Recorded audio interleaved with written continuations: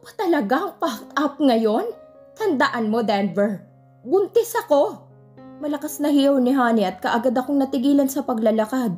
Para bang nabingi ang mga tenga ko sa narinig ko, dahilan para manigas ako sa kinatatayuan ko. Nagkatitigan kaming dalawa ni Honey nang mapansin ako nito sa likuran nila. May naglalarong ngisi sa mga labi nito habang pinapawi ang mga luha sa mga pisngi niya. Samantha, kanina ka pa ba dyan? Nakangiting tanong nito sa akin at para bang tuwang-tuwa sa nakikitang reaksyon ko. Itinago kong mga kamao kong naikuyom ko na lamang dahil sa inis. Ha? Hindi naman, dadaan lang sana ako. Sagot ko kay Honey at iniiwasang tumingin sa gawin ni Denver dahil alam kong nakatitig ito sa akin. Oh, ganun ba? You heard ba what we are talking about? Shut up, Honey. Mura ni Denver kay Honey at saka ito pumasok sa hotel room nila. Napaawang ang bibig ni Honey sa ginawa nito sa kanya. Kaya naman hindi ko na ito pinansin at dumiretso na lang agad ako sa loob ng elevator. Pagkapasok ko pa lang sa elevator ay napasandal na lang ako sa pader nito. Hindi ko alam pero nanikip ang dibdib ko sa mga narinig ko galing kay Honey. Naluluhang turan ko sa aking sarili. Pero kaagad ko rin itong pinawi dahil hindi dapat ako maging ganito kahina dahil sa kanilang dalawa. Totoo pala talagang sila na ngayon ni Honey.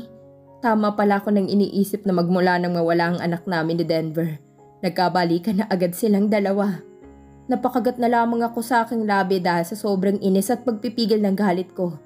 Babawi ako. Hindi na ako papahig na ako lang ang magiging mukhang kawawa sa dulo. Bumukas ang elevator at dali-dali akong dumiretso kung nasaan sila Ate Laisel. Nagtatawanan ng mga ito at nang makita ako ay kaagad na nanahimik ang mga ito. Bakit namumulang mga mata mo? Samantha, umiyak ka ba? Nagtataka nilang tanong pero hindi ako sumagot at umupo lang sa upuang bakante sa tabi ni Ate Laisel at Jenica. Si Thor naman ay mukhang nakaramdam at kaagad na nagpaalam sa amin na may kukunin lang siya sandali. Anong nangyari sa'yo, te? Alam mo bang buntis si Honey? Nangangatal na tanong ko kay Ate Laisel at nanlaki ang mga mata nito bago umiling sa akin. Hala, gago. Hindi ko alam, buntis si Honey? Buntis pa lang lukarip na yun? Sino ang ama ng pinagbubuntis niya? Nagtataka nilang tanong sa akin at walang nakasagot sa kanila. Dahil alam kong iisang tao lang din ang pumapasok sa isip nilang posibleng ama ng pinagdadala ni Honey. Pagod na akong maging mabait. It's payback time. Usal ko habang nakakuyom ang mga kamao ko at hindi sila kaagad nakaimik sa sinabi ko. Hindi na ako papayag pa na ganoon na lang sila kadali magiging masaya sa buhay. Ipapatikim ko sa kanilang dalawa lahat ng mga ginawa nila sa aking kagagahan at sisirain ko rin ang buhay nila. Hindi na namin alam lahat kung saan pa kami dapat magpunta rito sa Italy dahil wala naman palang maayos na plano si Ate Laisel sa mga dapat pupuntahan namin dito. Halatang trip lang talaga ni Ate Laisel na magpunta rito sa Italy. Sa buong linggo namin dito sa bansang Italy, wala kaming ginawa kung hindi maglibot lamang sa kung saan lamang malapit sa hotel namin dahil baka maligaw lang kaming lahat. Ang nakapagtataka pa ay dahil kada hinto namin sa bawat lugar na gusto namin puntahan o kuhanan ng mga pictures, palaging nandoon at nakasunod sa amin si Thorn. Kaya naman matik na nandoon din si Denver. Hindi ko na tuloy alam kung sino ba talaga sa kanilang dalawang bodyguard at ang boss. Ganyan din kaya siya sa akin nung buntis ako. Panay sunod at masid kay Honey habang ako nasa kondo lang iniisip na faithful siya sa akin. Buong linggo sila lang atang nag-enjoy sa bakasyon ko no. Habang ako naman ay mainit pa rin ang ulo at nag-isip ng plano kung paano ko babawian si Honey at Denver. Dahil hindi ko na talaga ito palalampasin pa. Patola na ako kung patola. Ngayong araw na ang flight namin pa uwing Thailand. Kaya naman nagsimula na ako sa paghahabol ng mga papers na kailangang ayusin at pirmahan.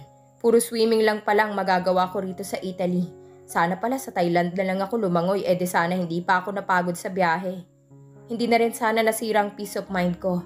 Never na talaga ako babalik dito sa Italy. Ikaw napaka-nega mo talaga, Samantha. Ang pangit mo na talaga kasama kapag usapang bakasyon. Ang killjoy mo so much. Pairap na sabi sa akin ni Ate Laisel. Pero napangiwi na lang ako sa tinuran nito. Wala namang nakaka-enjoy rito sa pinuntahan natin. Bakit nga ba kasi ikaw ang hinahayaan kong pumili ng bansang pupuntahan natin? Italy pa more, Ate Laisel? Natatawang sagot ko sa kanya. Dahil siya naman palang may gustong magpunta rito. Umirap lamang ito sa akin. Uwe, ang sabihin mo lang kaya hindi mo ma-enjoy kasi nasa paligid lang natin sila Denver at Honey. Kaya naiirita ka. Shut up! Maganda naman talaga ang lugar. Maganda rito sa Italy kung tutuusin. Hindi lang talaga ako nag-enjoy kasi ang sabi mo sa akin, girls vacation ang ipupunta natin dito. Inis kong sabi sa kanya at nag-focus na lang ulit sa screen ng laptop ko. Umalis na lang sa harapan ko si Ate Laisel dahil hindi ko na ito pinansin pa ulit. At ilang minuto pa nga lang ang nakalipas, ay biglang tumunog ang cellphone ko dahil tumatawag ng sekretary ko. Madam, sorry for interrupting your vacation in Italy, but when are you coming back here in Thailand?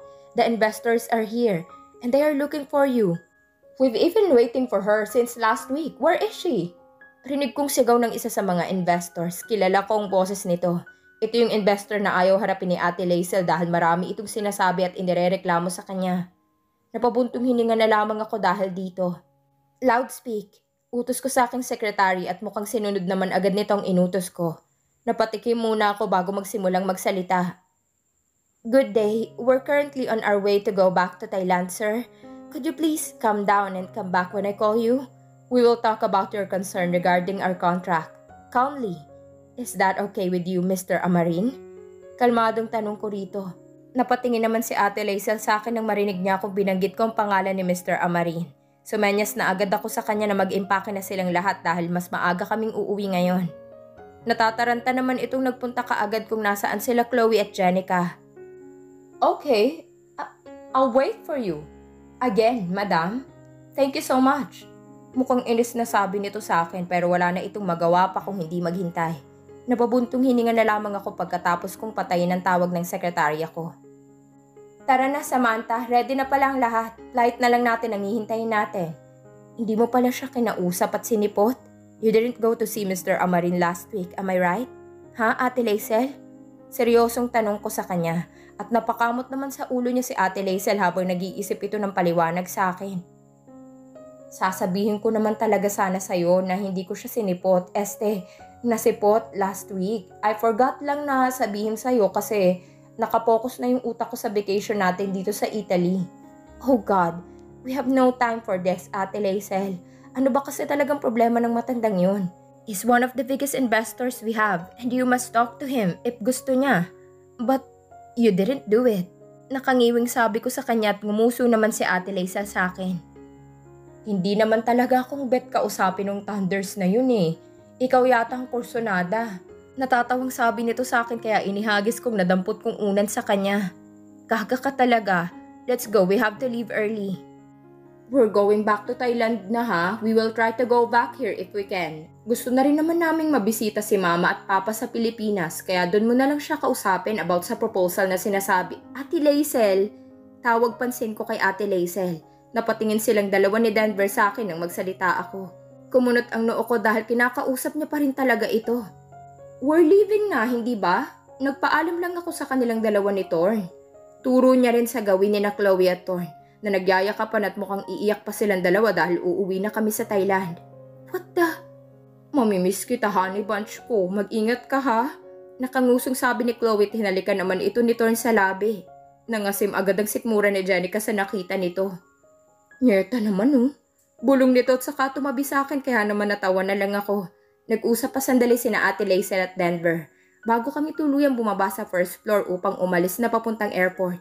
Pasakay na sana ako ng sasakyan namin nang biglang may humawak sa kanang kamay ko. Kaagad akong lumingon dito at nakita ko si Denver na hawak ang kanang kamay ko. Have a safe flight. See you soon. Aniya ni Denver sa akin habang titig na titig ito sa mga mata ko. Para namang natunaw ako sa mga titig niya dahil sobrang intense nito. What the, Sam? Ano ka mo? Natunaw ka? Umiwas agad ako ng tingin dito at saka walang ganang sumagot dito. Goodbye. Tipid akong ngumiti sa kanya bago niya tuluyang bitawan ng kamay ko. Kaagad akong pumasok sa sasakyan at hindi na lumingon pa sa labas nito. Dahil alam at ramdam ko pa rin ang mga mata ni Denver na nakatingin pa rin ito sa akin.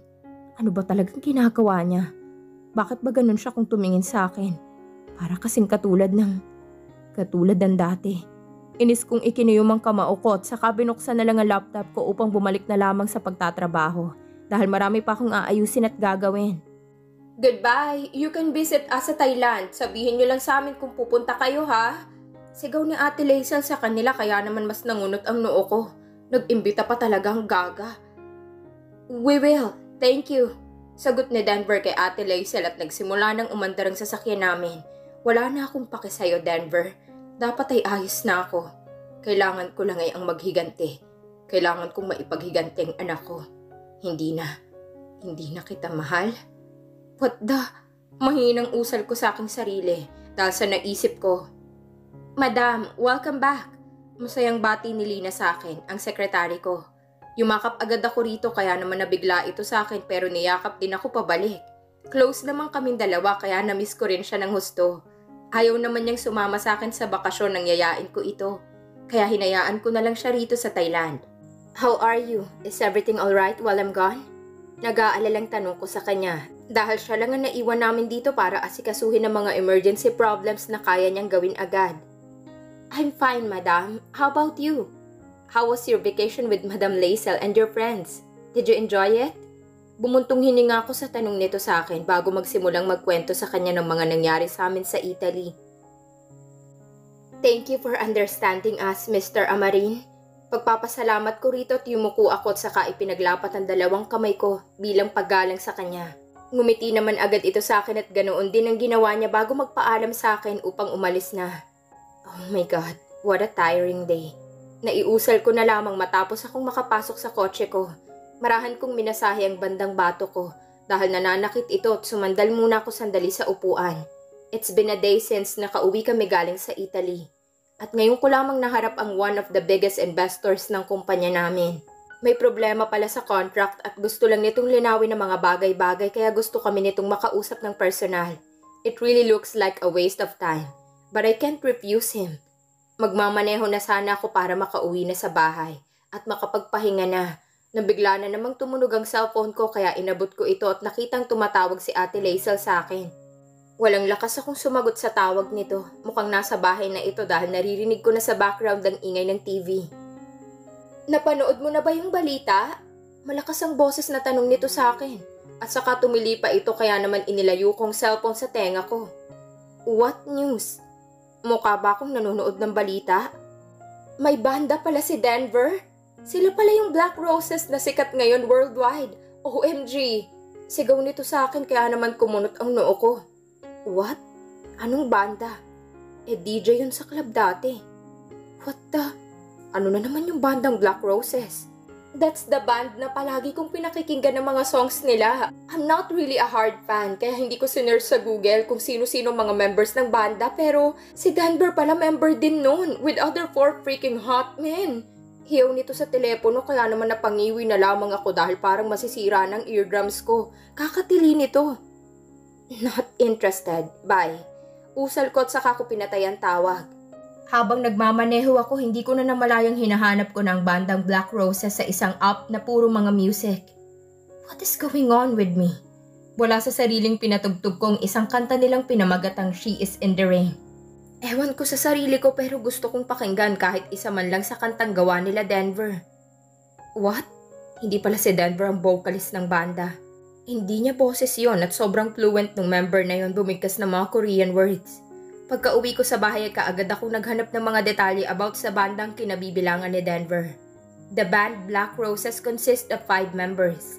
They're all vocalists because they are from different countries and they sing with their own different languages. Here is the list of the members and their exact positions in the band. 1. Lance Denver Saavedra from Italy and the owner of Saavedra Company. 32 years old, currently on complicated relationship. Vocalist and guitarist. The elder of the group, Hideo Eito Takahashi, from Japan, 28 years old, vocalist and drummer. The youngest of the group, Spencer Coin Modarshov, from Russia, 29 years old, vocalist and pianist. Hemorus Liam Wang, from China, 30 years old, lead vocalist Conrad Cybercan, from Busan, South Korea, 31 years old, main vocalist. Currently, the main vocalist of the group, Conrad Xavier Kang, disappeared and the members refused to talk about the reason why he left the band. Their band is almost 10 years now and still counting. What? 10 years na sila as banda?